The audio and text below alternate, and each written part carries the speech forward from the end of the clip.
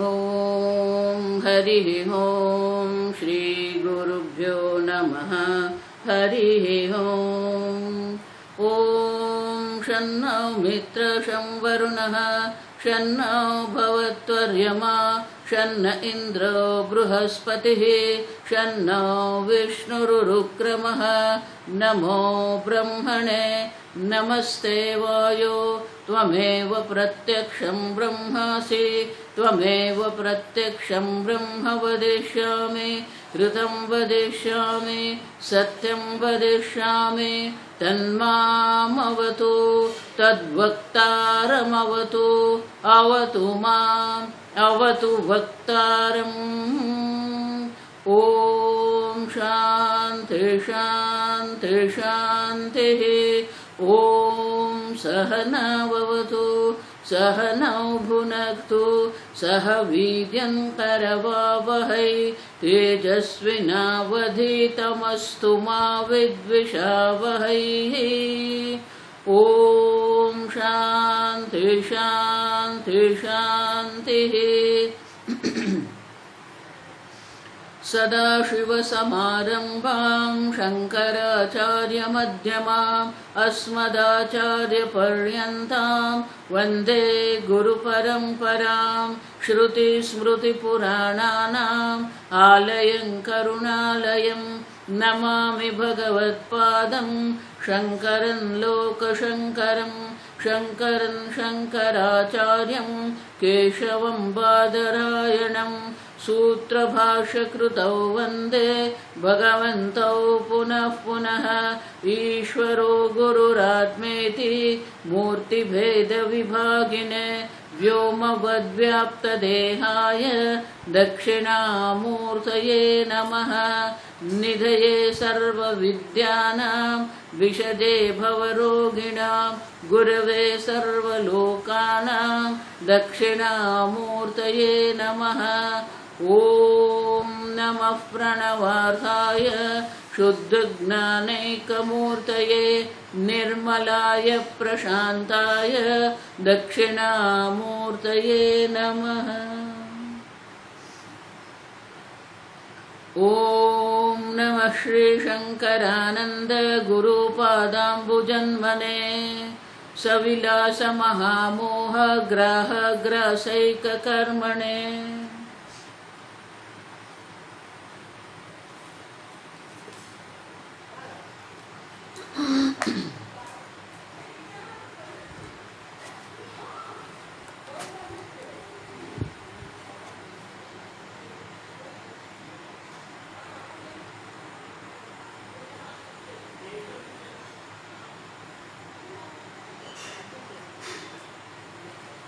श्लोक नंबर 73 73। यया यया भवेत् पुंसां यया यया भवेत् पुंसां व्युत्पत्तिः प्रत्यगात्मने व्युत्पत्तिः प्रत्यगात्मने सा सैव प्रक्रियेह स्यात् सा सैव प्रक्रियेह स्यात्। साद्वित्याचार्यभाषितं साद्वित्याचार्यभाषितं। नेक्स्ट 74। श्रुतितात्पर्यमखिलं बुद्ध्वा भ्राम्यते जडः अबुद्ध्वा भ्राम्यते जडः। विवेकित्वखिलं बुद्ध्वा विवेकित्तदखिलं बुद्ध्वा विवेकित्वखिलं बुद्ध्वा तिष्ठत्यानन्दवारिधौ तिष्ठत्यानन्दवारिधौ।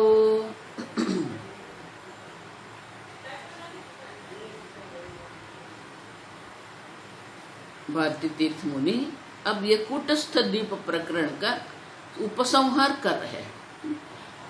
ये अंतिम 4 श्लोक हैं। यया यया भवेत् पुंसां व्युत्पत्ति ही प्रत्यगात्मने। प्रत्यगात्म प्रत्येक माने कि जिसको जानने के लिए कोई प्रमाण प्रवृत्ति की आवश्यकता नहीं है। आप समझो, जो प्रत्येक है और जो आत्मा है,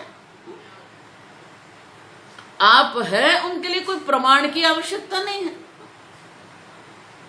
लेकिन आपने जो आप नहीं है उनको मैं मानकर आप चल रहे हैं, उनको मैं मान लिया है आप, उनकी निवृत्ति के लिए ये शास्त्र है। और वो जो अध्यारोप जो है, अन्योन्य अध्यास जो है, अध्यारोप की निवृत्ति के लिए ये शास्त्र है, आप समझो। तो अध्यारोप की निवृत्ति के लिए शास्त्र है, तो अध्यारोप की निवृत्ति के लिए शास्त्र अनेक प्रकार की प्रक्रिया का उपयोग करते हैं। तो शास्त्र जब उपयोग करते हैं, और इसीलिए सुरेश्वराचार्य जी कहते हैं जो प्रक्रिया से आपको व्युत्पत्ति ही ज्ञान होता है, प्रत्येगात्मा का जो ज्ञान है, आप तो ये अपरोक्ष प्रत्येक, ये शब्द क्या दर्शाते हैं? जिसको जानने के लिए कोई प्रवृत्ति की आवश्यकता नहीं है, आप समझो। लेकिन आप जो नहीं है, जिसको आपने अहम मान के रखा है, उनकी निवृत्ति के लिए शास्त्र आवश्यक है। तो ये जो प्रक्रिया या जिस प्रक्रिया से आपको ये प्रत्येगात्मा का ज्ञान होता है, वो प्रक्रिया आपके लिए साध्य भी है, आप समझो। किसी एक प्रक्रिया को पकड़ के हमें नहीं बैठना है। लेकिन ये प्रक्रिया जो पूज्य स्वामी जी का पुस्तक है, आप समझो,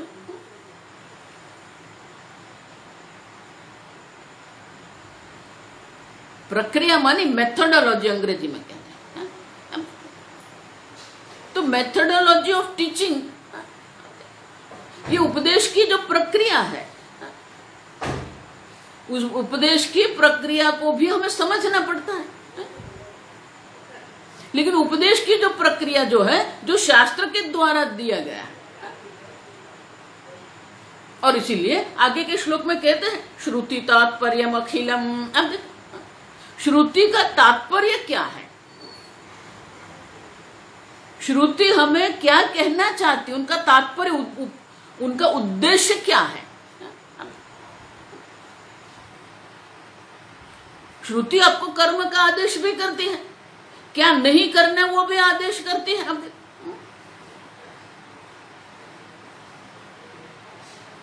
लेकिन ये कर्म भी आपको कहने को कह रही है श्रुति माता, सत्यम वद धर्मम चर। अब देखो,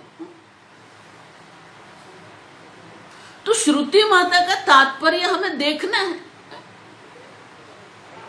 तो किसी भी प्रकार का तात्पर्य निर्णय अगर हमें देखना है, तो उनकी भी प्रक्रिया है, आप समझो।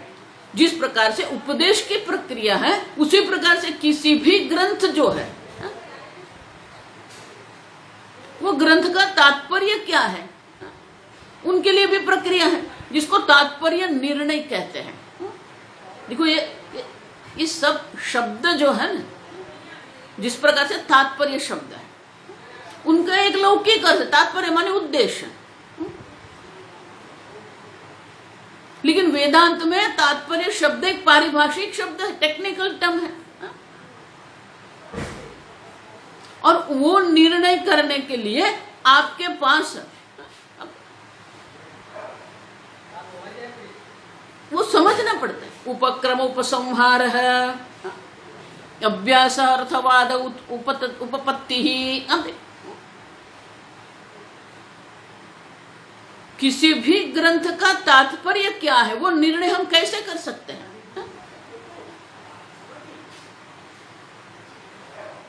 अब देखो, भगवत गीता जो है, इस जगत में सबसे अधिक अनुवाद भगवत गीता का हुआ है। अनेक भाषाओं में गीता का अनुवाद हुआ है। अनेक गीता पर सबसे अधिक ग्रंथ भी लिखे गए हैं।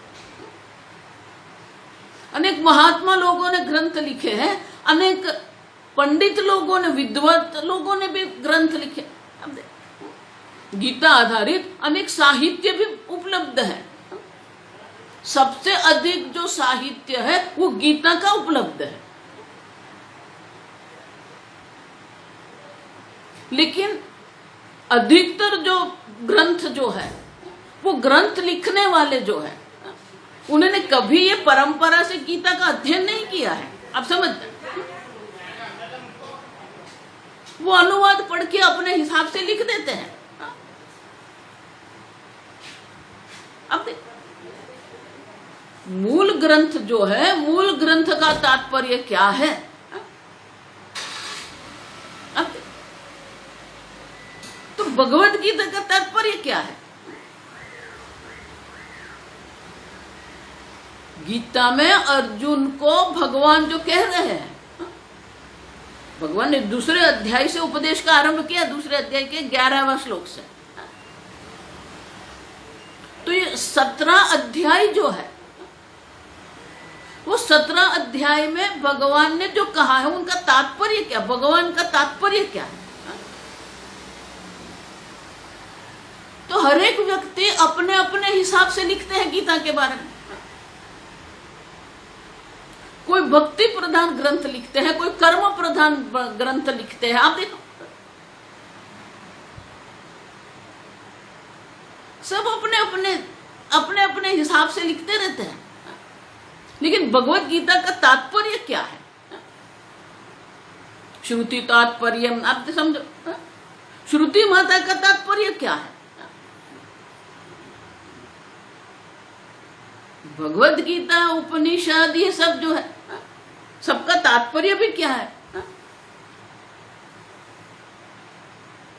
तो तात्पर्य निर्णय के लिए उपक्रम उपसंहार है। उपक्रम माने आरंभ, उपसंहार माने अंत। तो भगवत गीता का उपक्रम क्या है? आप भक्ति की बात करते हैं, आप कर्म की बात करते हैं, आप निष्काम भाव की बात करते हैं, आप सेवा की बात करते हैं, आप नैतिक के मूल्य की बात करते हैं, ठीक है। लेकिन भगवत गीता का जो आरंभ है वो क्या है? उपदेश का जो आरंभ है, अशोचानन वशोचस्त्वम। अब देखो,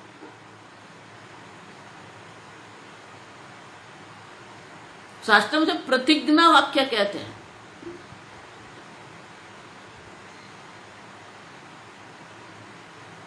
मूल वाक्य जो है ना, अशोचानन वशोचस्त्वम प्रज्ञावादंश्च भाषसे गतासून गतासूंश्च नानुशोचन्ति पंडिताः। हम देखो, नानुशोचन्ति पंडिताः। अर्जुन शोकग्रस्त है। भगवान ये नहीं कहते कि मैं तुझे शोक से मुक्त करूंगा। आप देखो, ये अब समझो तात्पर्य क्या है। भगवान ये कह रहे हैं कि अब देखो, अर्जुन तो बिल्कुल टूट गया है, मानसिक रूप से, शारीरिक से बिल्कुल टूट गया है। वो अपने पैर पर खड़े भी नहीं रह सकता है। भ्रमतीव मनः गांडीवम संस्कृते हस्तात् त्यक्ष परिदक्ष्यते। अब ये उनकी हालत है, उनकी दशा ये हो गई।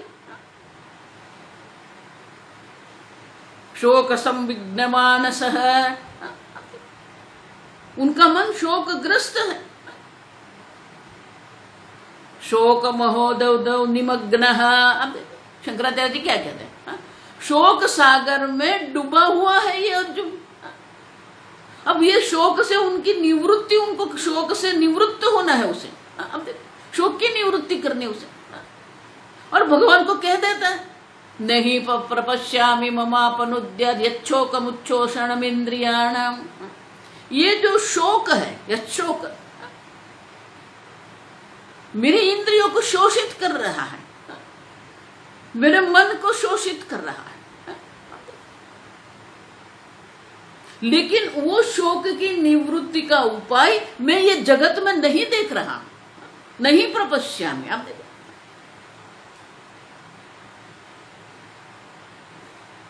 तो शोक की निवृत्ति जो है, जो अर्जुन चाहता था, अर्जुन की इच्छा थी कि ये शोक से मेरी निवृत्ति हो जाए। आप समझो मैं क्या कह रही हूं। तो शोक निवृत्ति जो है वो गीता का तात्पर्य है। अर्जुन से शोक मुक्त करना ये गीता का तात्पर्य है।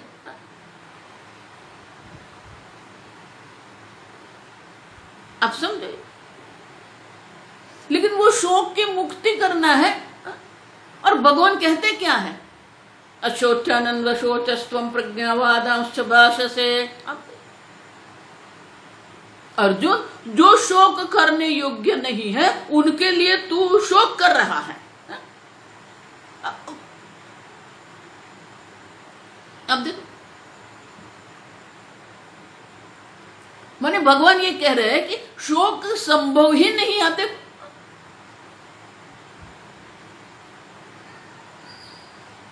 अशोचानंद शोचस्त्वम, जो शोक करने योग्य नहीं है उनके लिए अर्जुन तू शोक कर रहा है। अशोचन माने शोक योग्य नहीं है, आप समझ। लेकिन अर्जुन तेरी वाणी कैसी है? प्रज्ञावादंश्च भाषसे। संपूर्ण पहले अध्याय में अर्जुन ने जो भगवान को कहा है, जो धर्म की बात की, बिल्कुल धर्मशास्त्र के अनुसार है। आप समझना, अर्जुन बिल्कुल धर्मशास्त्र के अनुसार ही कह रहा था। उनका धर्म का जो ज्ञान था बिल्कुल ठीक था। आप सब तो धर्म का उनको ठीक से ज्ञान था, धर्मनिष्ठ था। फिर भी वो शोकग्रस्त हो गए। और भगवान कह रहे हैं कि ये शोक करने योग्य नहीं है। अब करना क्या है?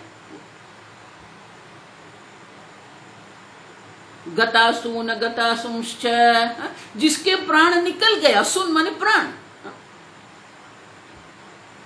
जिसके प्राण अभी तक नहीं गए हैं उनके लिए पंडिताः न अनुशोचन्ते। पंडित किसको कहते हैं? लोग अपने अपने हिसाब से बनाते रहते हैं अर्थ। ढाई अक्षर प्रेम का जाने सो पंडित होय। अब पंडित आत्म विषया बुद्धि यस्य सह पंडितः।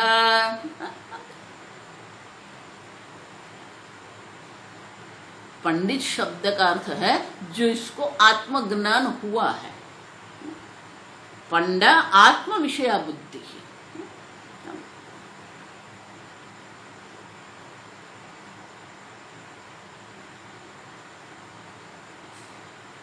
तो जब तक आत्मज्ञान नहीं होता है तब तक ये शोक की निवृत्ति नहीं होती। आप देखो, ये संबंध है।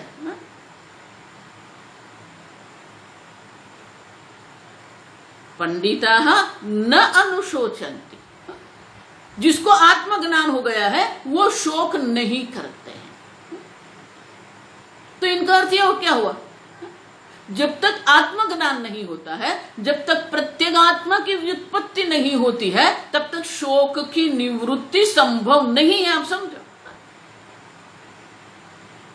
तो भगवान उपक्रम में क्या कहते हैं? पंडिताः न अनुशोचन्ति। उपसंहार क्या है? मा शुचः।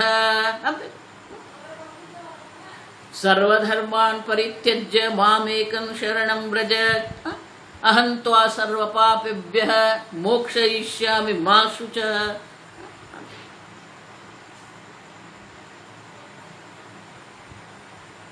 सर्वधर्मान् सर्वकर्मान्, हम देख के गए सब। आत्मा में कोई कर्म नहीं है, कर्म फल नहीं है, गति नहीं, आगति नहीं है, जन्म मृत्यु कुछ भी नहीं है। आप समझो। तद्विलक्षण चिन्मात्रोऽहम्, सदाशिव साक्षी चिन्मात्रोऽहम्।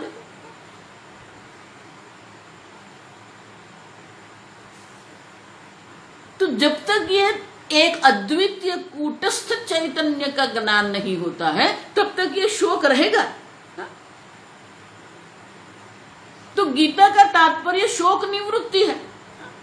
और भगवान कहते हैं शोक की निवृत्ति कैसे होगी? पंडिताः न अनुशोचन्ति। आप देखो, शोक निवृत्ति का उपाय क्या है? आत्मज्ञान है। आप समझो।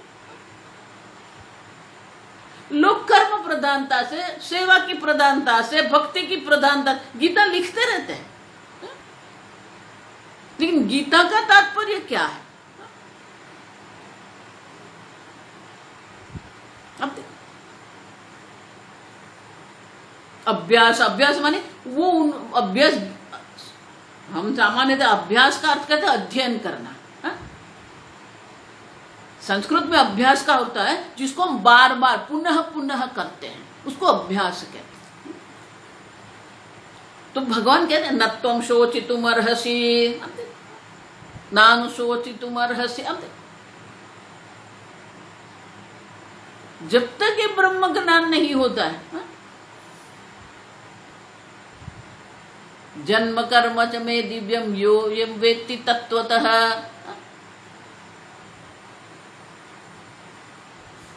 पुनर्जन्म न विद्यते। अब ये जन्म मृत्यु का जो चक्र जो चल रहा है, जब तक ये आत्म तत्व का ज्ञान नहीं होता है तब तक ये जन्म मृत्यु के चक्कर से मोक्ष की संभावना नहीं है।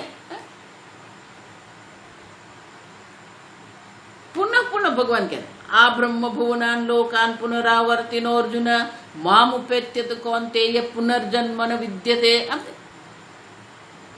तो भगवद गीता का तात्पर्य जो है आपको पुनर्जन्म से मुक्त करना है, मोक्ष है।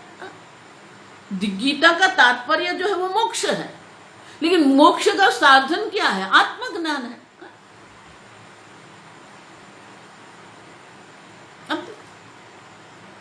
लेकिन मैंने जो कहा ना आगे, सबसे अधिक अनुवाद भगवत गीता का हुआ है और सबसे अधिक ग्रंथ भी भगवत गीता पर लिखे गए हैं। उसमें से 99.9% आप देख रहे हैं जो ग्रंथ है उसमें आत्मज्ञान की तो कोई बात ही नहीं है। क्या क्या लिखते रहते हैं लोग, अपने अपने हिसाब से लिखते हैं।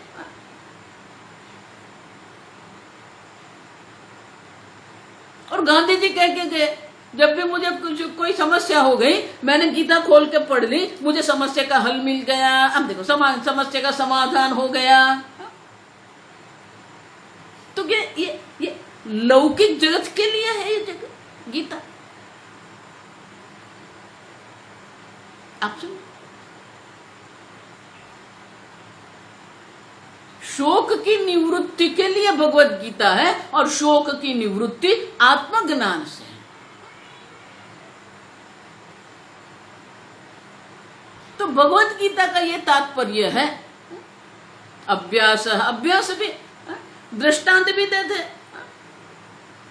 उपपत्ति तर्क भी भगवान करते हैं। ज्ञानाग्नि सर्वकर्माणि भस्मसात् कुरुते तथा यथैधांसि समिद्धोऽग्निः भस्मसात् कुरुते अर्जुन।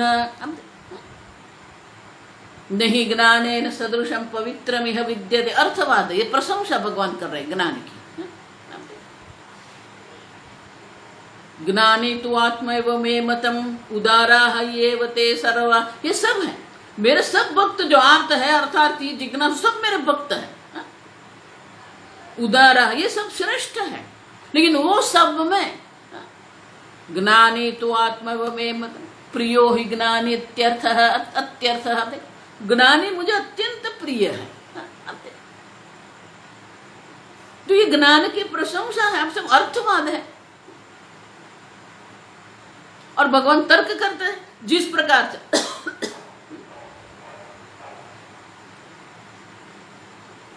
यथैधांसि समिद्धोऽग्निः,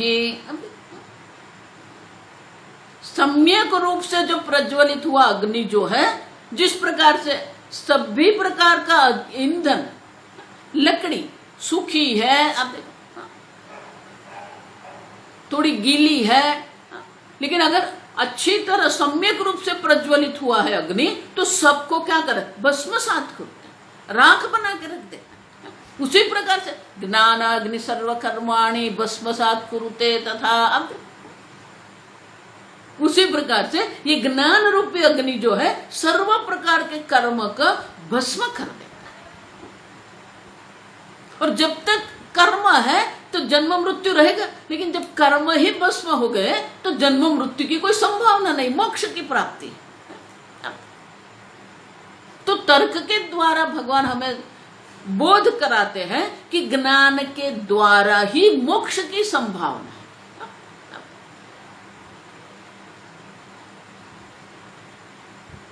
तो तो भगवत गीता का तात्पर्य शोक निवृत्ति है, और शोक निवृत्ति का साधन है ब्रह्म ज्ञान, आत्मज्ञान। आप समझ? उसी प्रकार से श्रुति तात्पर्यम, यहां श्लोक में क्या, श्रुति का तात्पर्य क्या है? श्रुति माता कर्म की बात करती है, उपासना की भी बात करती है। श्रुति माता जो है वो उपनिषद में तत्व ज्ञान की भी बात करती है। लेकिन श्रुति माता का तात्पर्य क्या है, उद्देश्य क्या है? क्या कर्म में उद्देश्य है, उपासना में उद्देश्य है, कि ज्ञान में उद्देश्य है? आप देखो,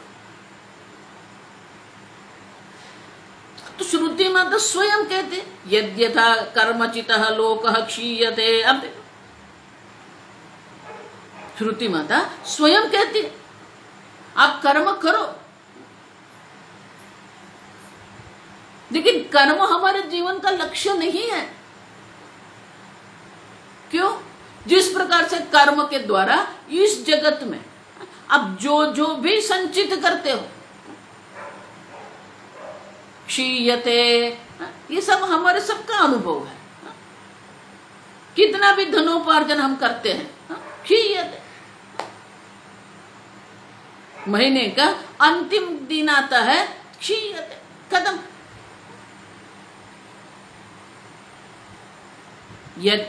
यद्यथा कर्मचितः लोकः क्षीयते तथा पुण्यचितः लोकः। अब उसी प्रकार से कर्म के द्वारा आप पुण्य उत्पन्न करेंगे, और ये पुण्य के द्वारा आपको जो लोक की प्राप्ति होती है, पुण्य के संचय से आपको जो लोक की प्राप्ति होती है, क्षीयते, उनका भी क्षय हो जाए। ते तम भुक्त्वा स्वर्गलोकम विशालम क्षीणे पुण्य मर्त्यलोकम विशन्ति। अब तो कर्म है हमारे जीवन में, कर्म से पुण्य की प्राप्ति भी है, लेकिन पुण्य का संचय करना ये हमारे जीवन का लक्ष्य नहीं है। आप समझे? जो श्रुति माता कर्म का आदेश करती है, वही श्रुति माता, आप समझो, कर्म की निंदा भी करती है।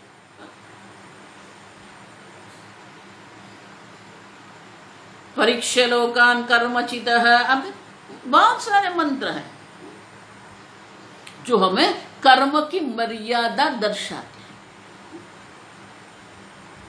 मानी कि कर्म हमारे जीवन का तात्पर्य नहीं हो सकता। कर्म करना है, सत्यम वद धर्मम चर, ये हमारे ये है, आप समझो, लेकिन वो तात्पर्य नहीं है श्रुति माता। तो बोले तात्पर्य कहां पर है? मोक्ष पुरुषार्थ हमारा तात्पर्य।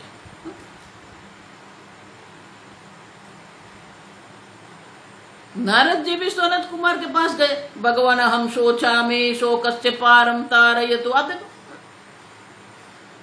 हे भगवान मैं शोकग्रस्त हूं, मुझे शोक से पार उतारो।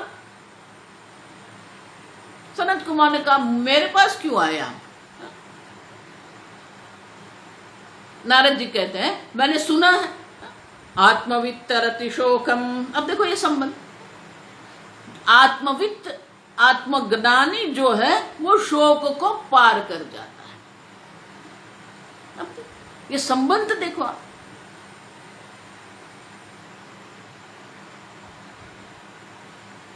और इसीलिए श्रुति माता का तात्पर्य धर्म नहीं है, अर्थ नहीं है, काम नहीं है, मोक्ष पुरुषार्थ है।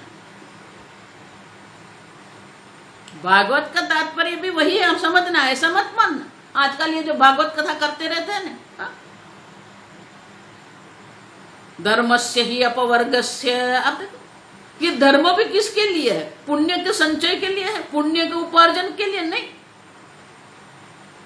धर्म भी मोक्ष के लिए है।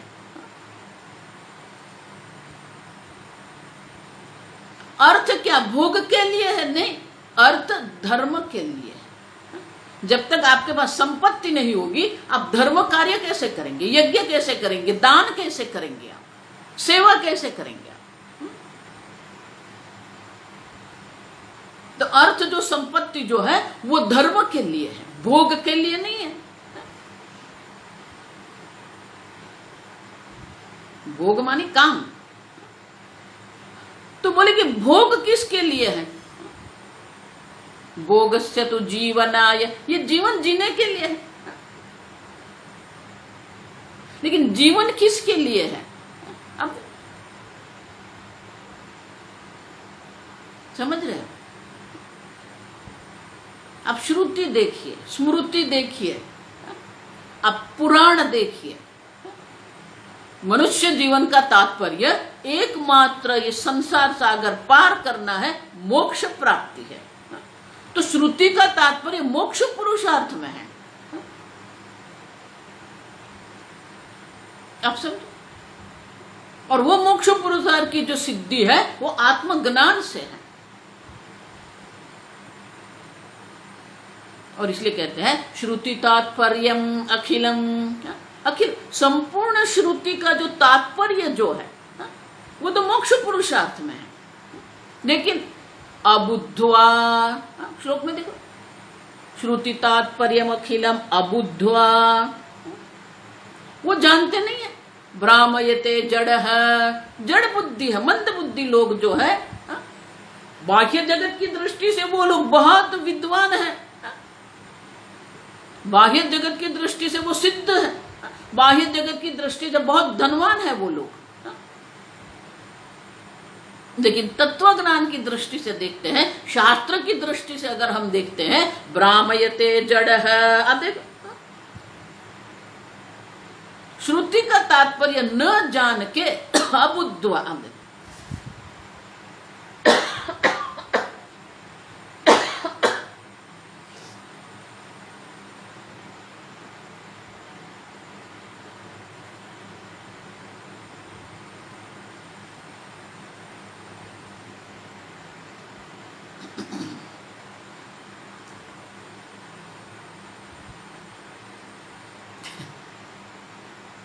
पड़ोस में रसोई होती है, वो मिर्च झोंक करते हैं।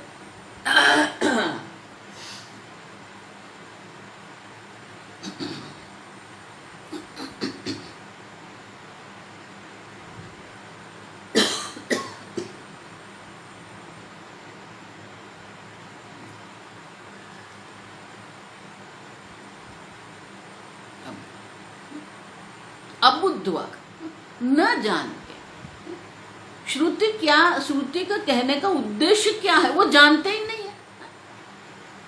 अपने आप को वो पंडित मानते हैं, वो शास्त्र भी जानते हैं। आप समझो, शास्त्र पढ़ते हैं, शास्त्र जानते भी हैं, पढ़ाते भी हैं, लेकिन तात्पर्य को नहीं जानते। भ्रामयते, अब देखो, जड़ है। अब देखो, भ्रांति के वश होके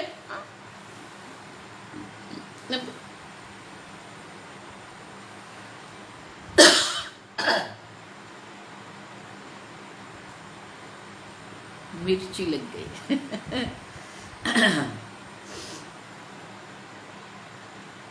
ये जगत में भ्रमण करते रहते हैं ये लोग।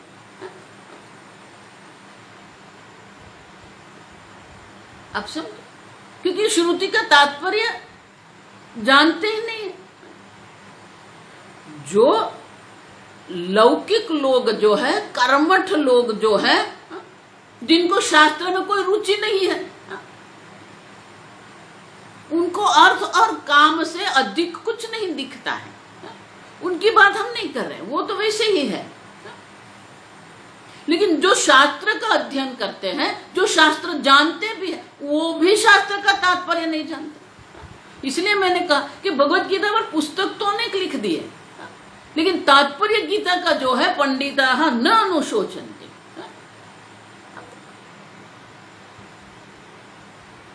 अब करो भक्ति, कौन मना कर रहा है? भक्ति, मैं बार बार आपको कह रही हूं, भक्ति का कोई विकल्प नहीं है। भक्ति तो है ही, कर्म है ही, कर्तव्य पालन भी हमारे जीवन में है, लेकिन वो हमारे जीवन का लक्ष्य नहीं है। आप समझो,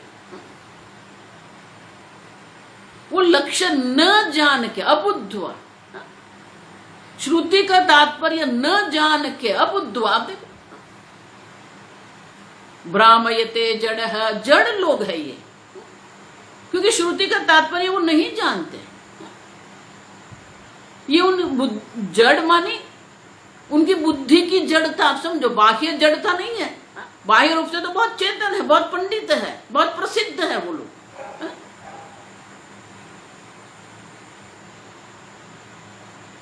तो ये जड़ता जो है वो बाह्य जड़ता की हम बात नहीं कर रहे हैं, ये आंतरिक जड़ता है, आप समझो।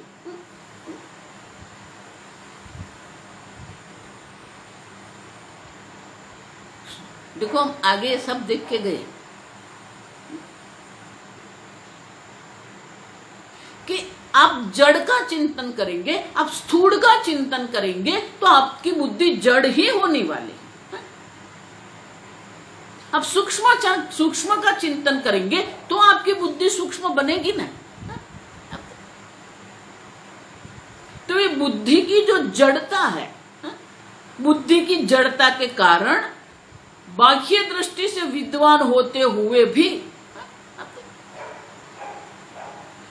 वो श्रुति का तात्पर्य नहीं जानते।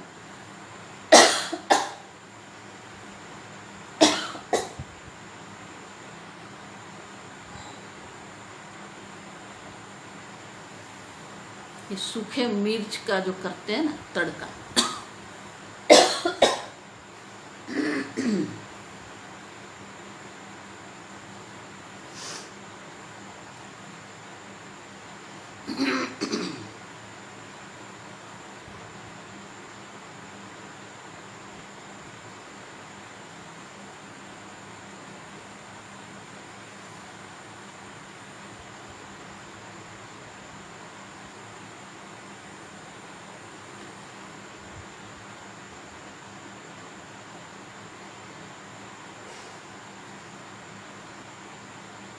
देखो मैं पुनः पुनः आपको कहती हूँ, अब कुंभ मेले में जाइए, देखो वहां क्या,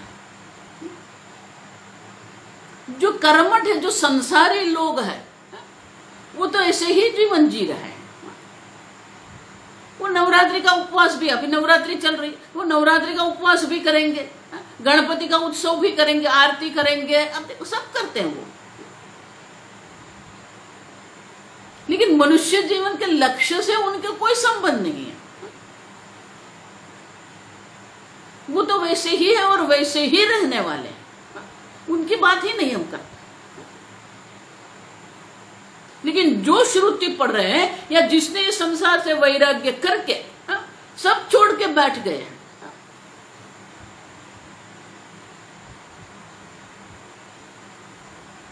वो लोग भी क्या कर रहे हैं? श्रुति तात्पर्यम अबुद्धवा। आप देखो, भज गोविंदम में शंकराचार्य जी कहते हैं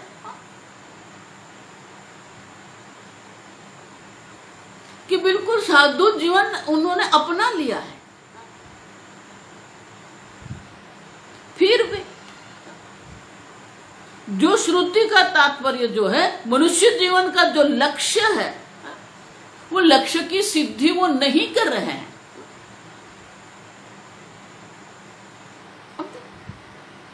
तो बुद्धि की जड़ता ये है कि आपके सामने है। आप देखो, शास्त्र अध्ययन के लिए, भक्ति के लिए, तत्व ज्ञान के लिए अनुकूल जीवन तो अपना लिया आपने, लेकिन वो तो कर नहीं रहे।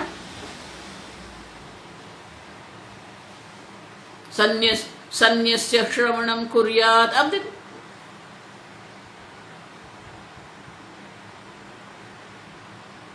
सन्यास भी ग्रहण कर लिया, लेकिन उनके जीवन में शास्त्र का कोई महत्व ही नहीं है। और इसलिए कहते हैं श्रुति तात्पर्यम अबुद्धवा भ्रामयते जड़ः। लेकिन जिसने जान लिया, विवेकी तु अखिलम बुद्धवा। आप देखो, विवेकी जो विवेकी है, जो नित्य अनित्य का विवेक जो कर रहा है, सुख दुख का जो विवेक कर रहा है, जो आत्मा अनात्मा का विवेक कर रहा है, अखिलम बुद्धवा, वो ये संपूर्ण ब्रह्म ज्ञान को जान सकता है, उसे ये ब्रह्म ज्ञान का बोध होता है। और बोध होने से क्या होता है? तिष्ठति आनंद वारिधौ, वारी मानी जल, वारिधौ माने कि सागर, आनंद वारिधौ तिष्ठति।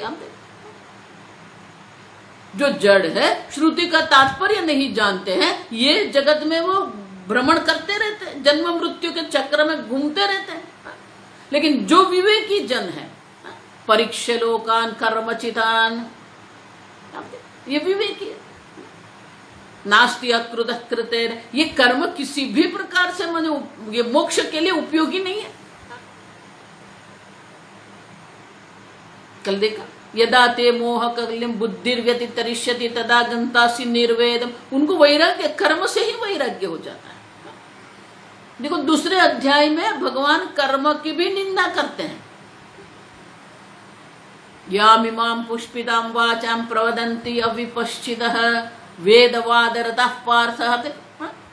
वेद में तो बहुत वो पंडित है, वेदवादरतः पार्थ, हे पार्थ नान्यदस्ति देवा, इससे अधिक कुछ है नहीं। आप कर्म करो, ये यज्ञ करो, ये जप करो, ये उपवास करो, आप उसी में। वो लोग ऐसा मानते नहीं, नहीं हम जन कल्याण कर रहे हैं। ये जन कल्याण है क्या?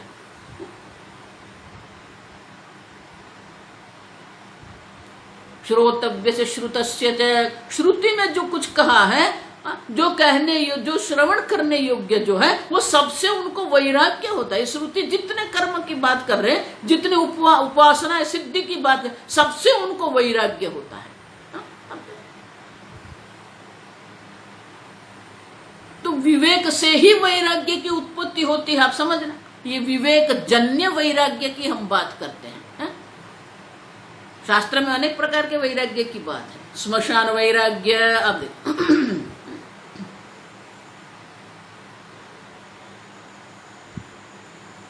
नष्ट राज्य,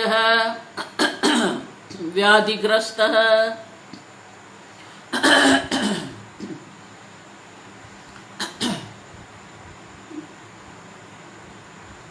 जिस राज्य का राज्य नष्ट हो गया उसे भी वैराग्य होता है। व्याधिग्रस्त है, उनको भी वैराग्य होता है। श्मशान वैराग्य, वो इस प्रकार के अनित्य वैराग्य की हम बात नहीं कर रहे, हम विवेक जन्य वैराग्य, इसीलिए कहते हैं विवेकी तु अखिलम बुद्ध्वा। ये जो विवेकी है, वो विवेक के कारण उनको ये जगत के प्रति वैराग्य हो जाता है, और ये श्रुति का तात्पर्य जानने के कारण तिष्ठति आनंद वारिधौ, वो आनंद सागर में ही रमण करता है। आप स्वयं आनंद स्वरूप है, आप स्वयं सुख स्वरूप है। अब पहले प्रकरण से हम ये देखते हैं, इयं संवित स आत्मा परानंद है। अब देखो, ये जो संवित, जो चैतन्य है, वो परम आनंद स्वरूप आत्मा है। परानंद माने अनंत आनंद स्वरूप, कोई किसी भी प्रकार की कोई मर्यादा नहीं।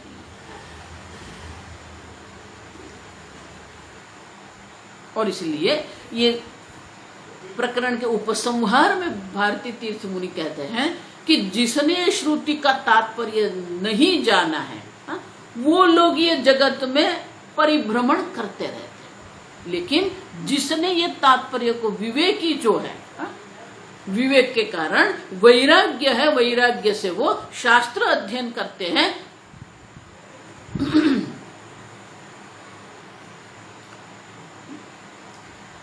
उनको ये ब्रह्म ज्ञान होता है, और ब्रह्म ज्ञान के कारण वो आनंद सागर में निमग्न रहते हैं।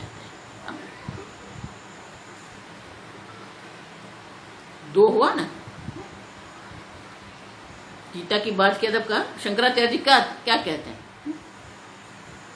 शोक मोह निमग्नौ, संपूर्ण जन जो है शोक मोह के सागर में पड़े हुए हैं, डूबे हुए हैं। और जिसको ब्रह्म ज्ञान हो गया वो कहां पर है? आनंद वारिधौ तिष्ठति। अब एक शोक सागर में निमग्न है, लेकिन जिसको विवेक के द्वारा, तत्व विवेक से जिसको ज्ञान हो गया है, वो आनंद सागर में निमग्न रहता है। अब आपको शोक सागर में निमग्न रहना है या आनंद सागर में निमग्न रहना है, ये आपके पर है, विकल्प आपके पास है, निर्णय आपका है, निश्चय आपका है। आप समझो।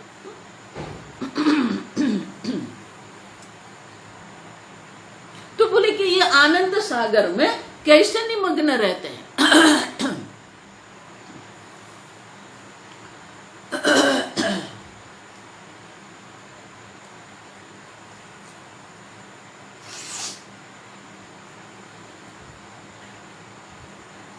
तो अगले श्लोक में कहते हैं, श्लोक पढ़ेंगे। माया मेघो जगन्नीरम, माया मेघो जगन्नीरम, वर्षत्येष यथा तथा, वर्षत्येष यथा तथा, चिदाकाशस्य नो हानिः, चिदाकाशस्य नो हानिः, न वा लाभ इति स्थितिः, न वा लाभ इति स्थितिः। बहुत सुंदर कि बोले कि वो आनंद में क्यों रहते? बाकी सब लोग जो है शोक, अब देखो वो शोक सागर में निमग्न है। वहां उदधि शब्द है, वहां यहां पर वारिधि है।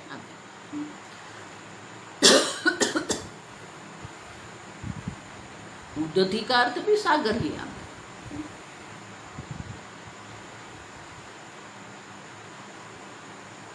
तो बोले ये उनकी दृष्टि है, ये उनका निश्चय है। क्या? माया मेघ जगन्नीर, ये माया रूपी जो मेघ है, बादल जो है, उससे ये जगत रूपी नीर बरस रहा है, वर्षती। आप देखो, माया रूपी मेघ जो है ये जगत की वर्षा करता है, यथा तथा। आप देखो, यथा तथा जैसे मनाया वो करते रहते। जगत की उत्पत्ति भी होती है, नाश भी होता है। आप देखो, माया रूपी मेघ से ये जगत की उत्पत्ति होती रहती है, यथा तथा। हम देख के गए। लेकिन तत्व की दृष्टि से देखे तो क्या है? न उत्पत्ति है न नाश है। आप देखो, और इसलिए कहते हैं चिदाकाशस्य। देखो ये भी है, वर्षा के दिन चल रहे हैं, अब अंतिम दिन है वर्षा के, 1-2 दिन।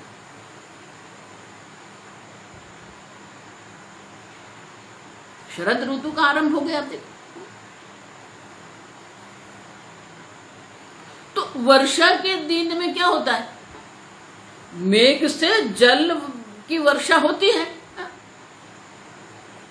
तो ये जल की वर्षा होती है, इससे आकाश को क्या होगा?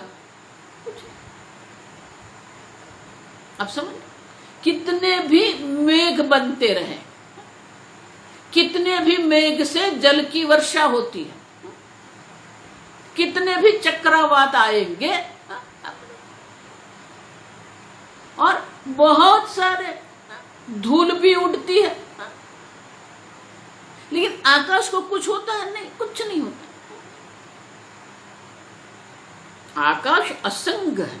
उसी प्रकार से चिदाकाशस्य, चैतन्य स्वरूप जो आकाश है उसमें ये माया रूपी मेघ से नीर, जगत रूपी नीर की वर्षा होती है। लेकिन जो चिदाकाश है, न हानि ही न लाभ है। चिदाकाश को कोई हानि नहीं होती है, चिदाकाश को कोई लाभ भी नहीं होता है। इति स्थिति ही। आप देखो, ये ब्रह्म ज्ञान की स्थिति है। कोटि कोटि ब्रह्मांड उत्पन्न होते रहते हैं, कोटि कोटि ब्रह्मांड का विनाश होता है, लेकिन चिदाकाश जो है न हानि ही न लाभ। ब्रह्मांड की उत्पत्ति से कोई हानि नहीं होती है और ब्रह्मांड के नाश से उनको कोई लाभ भी नहीं है। आप समझो।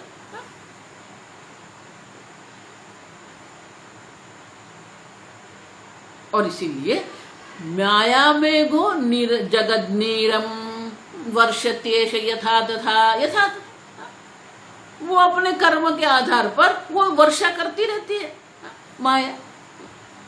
ये जगत रूपी नीर की वर्षा होती रहती है।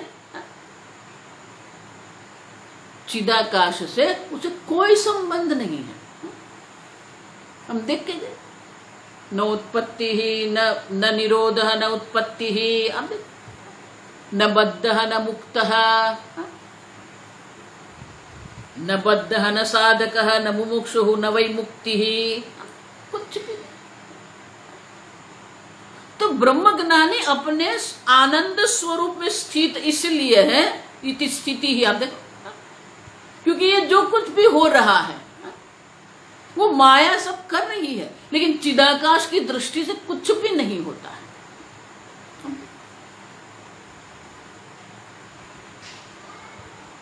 न कर्तृत्व न कर्माणि न कर्म फल संयोग, आप समझो। तीन गुणों से भी जो कुछ हो रहा है होता रहता है। प्रकाशम च प्रवृत्तिम च मोहमेव च पांडव, प्रकाशम च सत्व गुण है, प्रवृत्ति रजो गुण है, मोहमेव च तमो गुण है। ये गुण अब माया के त्रिगुणात्मिका माया जो है, ये तीन गुणों से ये सब कुछ करती रहती है। प्रकाशम च प्रवृत्तिम च मोहमेव च पांडव। अब देखो,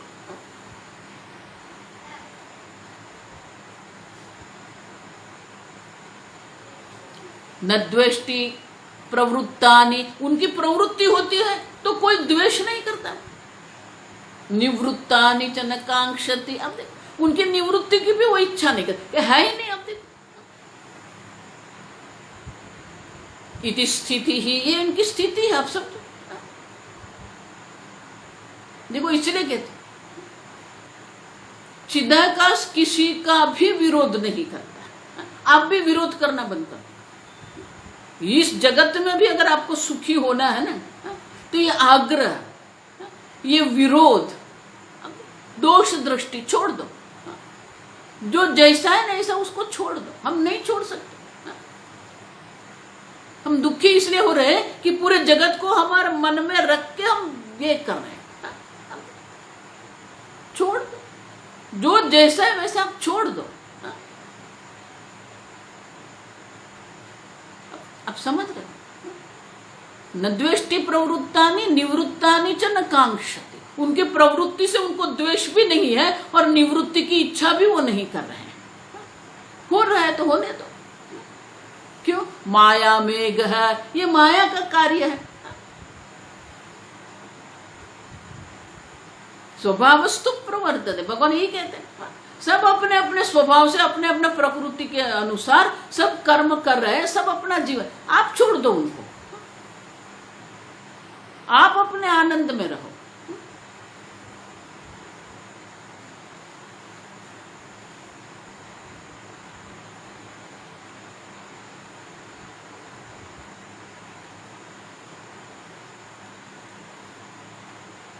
एक बार एक साधक एक महात्मा के पास गए,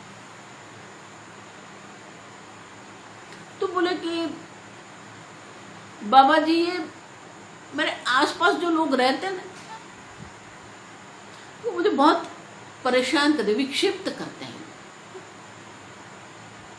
अच्छा, तो महात्मा ने कहा कि आप विक्षिप्त क्यों होते हो? आप समझ रहे हो क्या? उन लोगों को जो करना है वो करते रहे, आप विक्षिप्त क्यों होते हो? आप समझ, आप ऐसा क्यों आग्रह करते हो? आप छोड़ दो अपना आग्रह, आप विक्षिप्त मत हो। आप विक्षिप्त होना बंद करेंगे ना, तो वो कितने दिन तक आपको वो परेशान करेंगे। वो देखेंगे कि ये विक्षिप्त होता ही नहीं है, तो वो क्या करेंगे आपके साथ? आप विक्षिप्त होते हो तो वो उनको आनंद मिलता है। अब विक्षिप्त नहीं होते हैं तो वो सोच में पड़ते हैं, इसको तो कुछ होता ही नहीं, छोड़ दो। समझ रहे हो?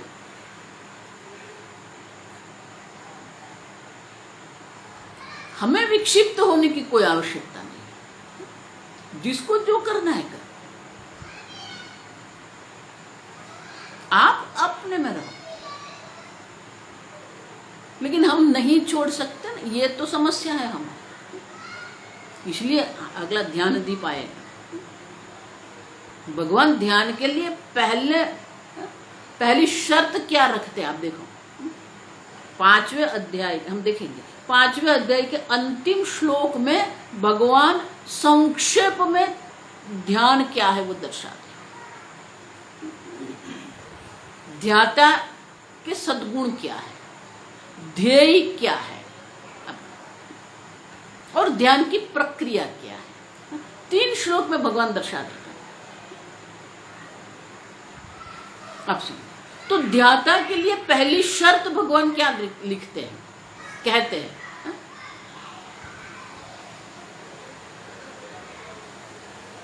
स्पर्शान कृत्वा बहिः बाह्यान। जो बाहर है ना उसको बाहर रहने दो, छोड़ दो, उनको अपने मन में लेने की आवश्यकता नहीं है।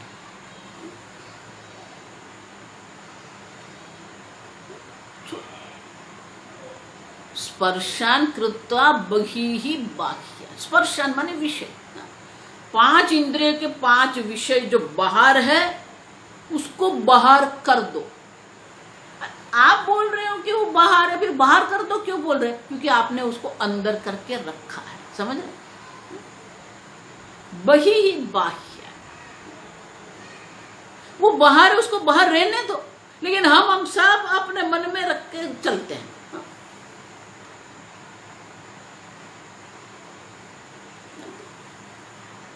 छोड़ दो। अब सुन, ये छोड़ना जो है ना, कुछ भी हो जाए, आपको विक्षिप्त होने की कोई आवश्यकता नहीं, किसी को बदलने की भी आवश्यकता नहीं है हमें।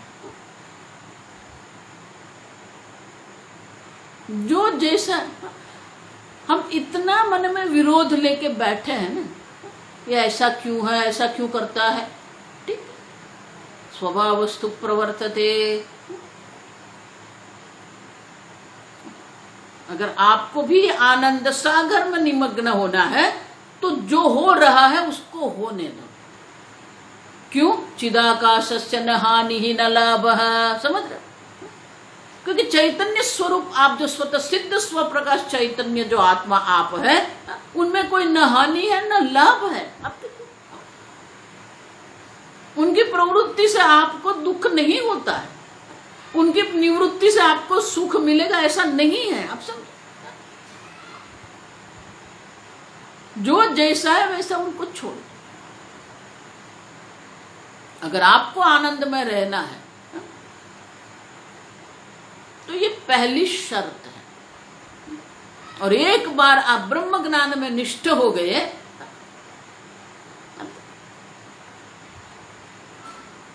पुमां शरति निस्पृहः, निर्ममः निरहंकार शांतिमधिगच्छति। निस्पृहः, निर्ममः, निरहंकार, किसी भी स्थान पर किसी भी प्रकार से हमें स्पृहा नहीं करनी है, ममता नहीं करनी है, अहंता नहीं करनी है, छोड़। वैराग्यमेव अभयम, और इसलिए कहते हैं कि जिसने श्रुति तात्पर्य को जान लिया है, बुद्ध्वा तिष्ठन्ति आनंद वारिधौ, वो आनंद के महासागर में निमग्न रहते हैं। फिर बाह्य जगत की दृष्टि से, उपाधि की दृष्टि से जो हो रहा है उसे होने दो, उपाधि को भी जो हो रहा है होने दो।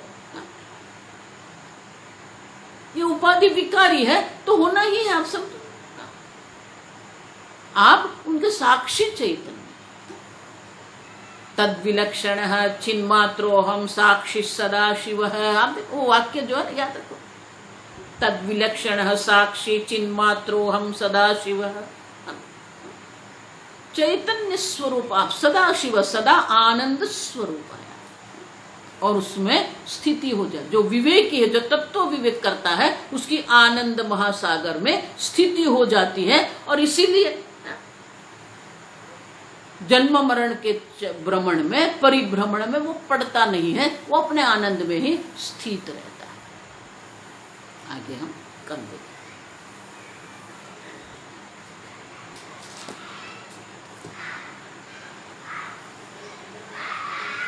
ओम स्वस्ति प्रजाभ्यः परिपालयन्तां न्यायेन मार्गेण महीं महिषाः, गोब्राह्मणेभ्यः शुभमस्तु नित्यं, लोकाः समस्ताः सुखिनो भवन्तु, काले वर्षतु पर्जन्यः, पृथिवी सस्यशालिनी, देशोऽयं क्षोभरहितः, ब्राह्मणाः सन्तु निर्भयाः। ॐ सर्वेषां स्वस्तिर्भवतु, सर्वेषां शान्तिर्भवतु, सर्वेषां पूर्णं भवतु, सर्वेषां मङ्गलं भवतु, सर्वे भवन्तु सुखिनः, सर्वे सन्तु निरामयाः, सर्वे भद्राणि पश्यन्तु, मा कश्चित् दुःखभाग् भवेत्। असतो मा सद्गमय, तमसो मा ज्योतिर्गमय, मृत्योर्मा अमृतङ्गमय। ॐ पूर्णमदः पूर्णमिदं पूर्णात् पूर्णमुदच्यते, पूर्णस्य पूर्णमादाय पूर्णमेवावशिष्यते।